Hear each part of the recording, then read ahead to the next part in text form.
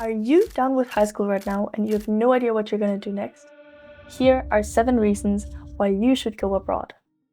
After I graduated high school, I had no idea what I'm going to do next.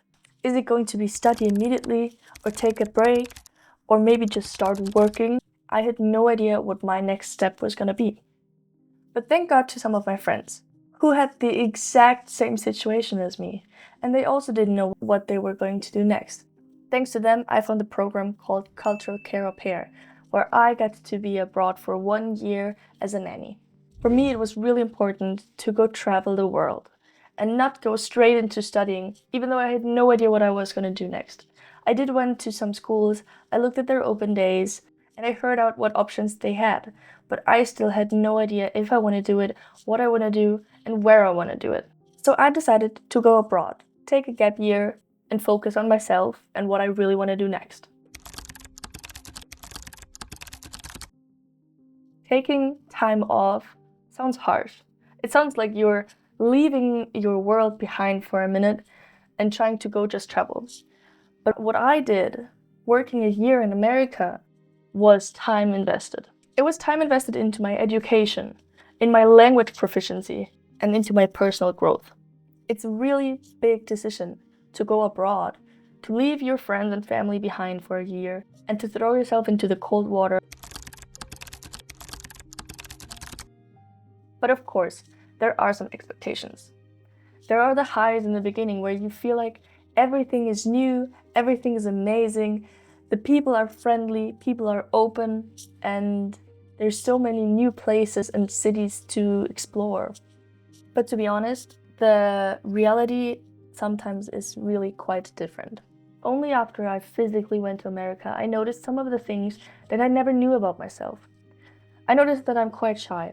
I do not like to approach people, and being in America and finding new friends was super hard for me because I had to step out of my comfort zone into really new habits that I hadn't thought of before I left.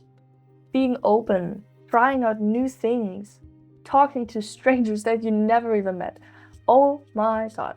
As an Austrian, I did not want to talk to everyone who I met in the supermarket, to every person that I sat next to on a bus.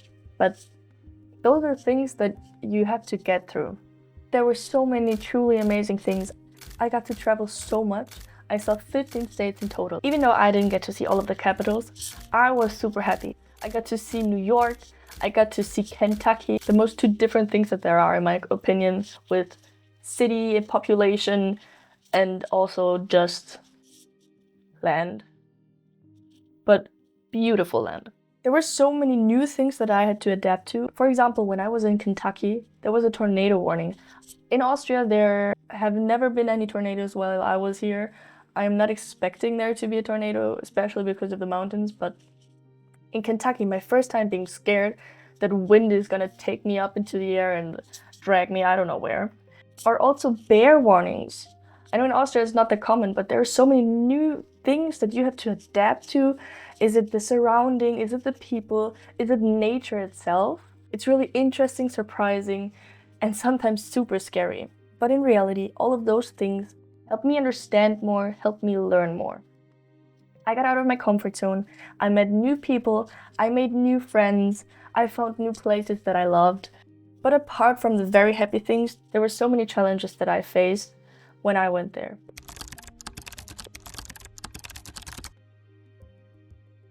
Everyone who has been abroad or wants to go abroad needs to or already knows about the loneliness. You truly are on yourself. You decide what you're gonna do next, who you want to meet, and what experiences you want to make. After the honeymoon phase in the first couple of months, there comes the drop. I myself wanted to go home. I missed my family, I missed my friends. I wanted to go back to where I knew how everything worked, and especially after some mistakes happened and I did things wrong, I wanted to go back where I feel safe.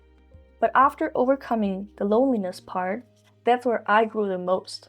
That's where I started implementing the language that I learned. I started going to university there and I started to learn even more about language.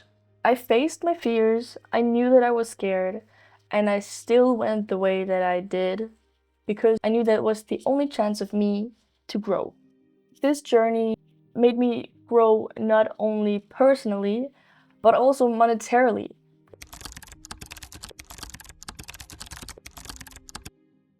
Because of course, while I did spend money to get there, about 1,500 euros for my program itself, by doing this au pair program, you actually have to get money.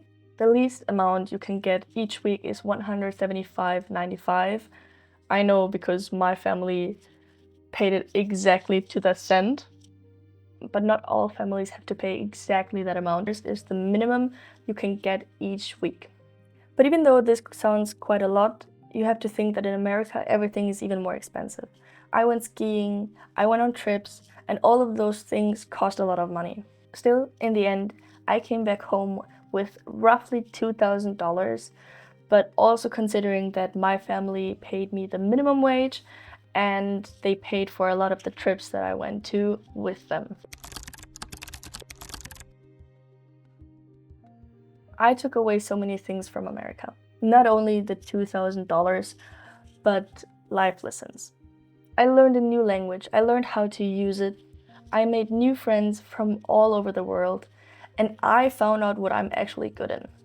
I noticed that while I was there, I was not too great with kids, thank God. In my position, that was not too necessary because my host kid was already quite mature. And that's where I found what I wanted to do next. I wanted to study management.